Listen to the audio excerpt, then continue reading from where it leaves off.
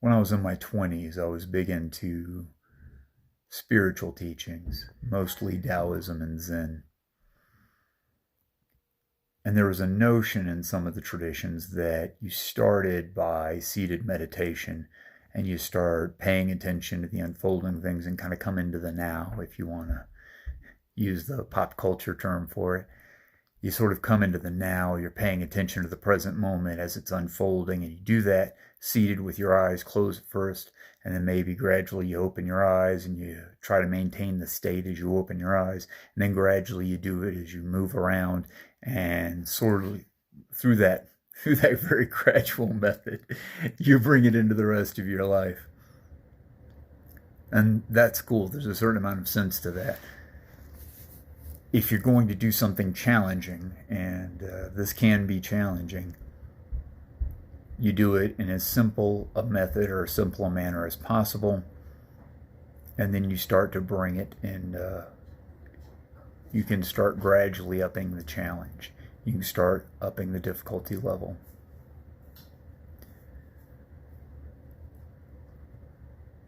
So why change? Well,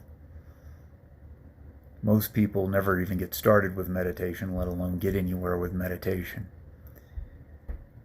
And there's already a lot of things you're doing in your life. Why not just do those things a little bit better? Why not do those things with a little bit more enjoyment? And so that's what I'm endeavoring to do for myself, and I encourage you to play with this as well. Every rep of an exercise is new. Every time you eat, even if you're eating the same food over and over again, it's new. Are you paying attention? A very interesting, I called this the sinful method many videos back, the sinful method of fat loss. You just pay more attention while you're eating. You pay as close and sophisticated attention, you slow it down, you eat slowly, and try to appreciate every aspect of every morsel as completely as you can. If you really do that, let go of the drive to just, jam chips or cookies or whatever else it is down your throat, and just really pay attention as you're eating them. The desire to over-consume is going to be much less. And you're getting a lot more satisfaction out of whatever you eat. And if you do that with exercise, not only are you going to get better at the exercise, you're going to enjoy the exercise much more completely. There's going to be something that's not just like fun or happiness that comes up.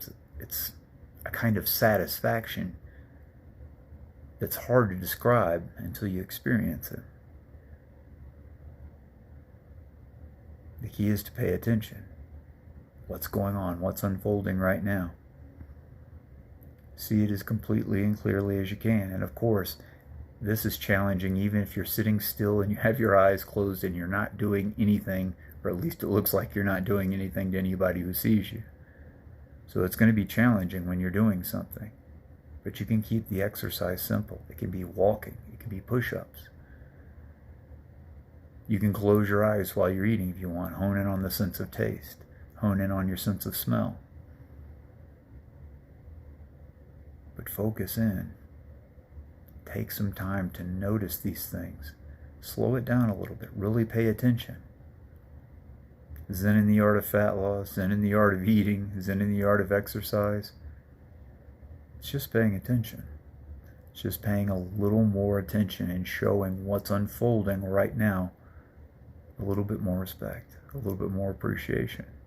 And again, that intends to improve the quality of what you're doing, but also long term, it builds this satisfaction that's going to be very meaningful for you. But prove me wrong. Try it a few times and see what you think. And feel free to tell me. You can torch anything I say right in the comments below. I've been Langley. Thank you very much for spending some time with me today. We'll talk again soon.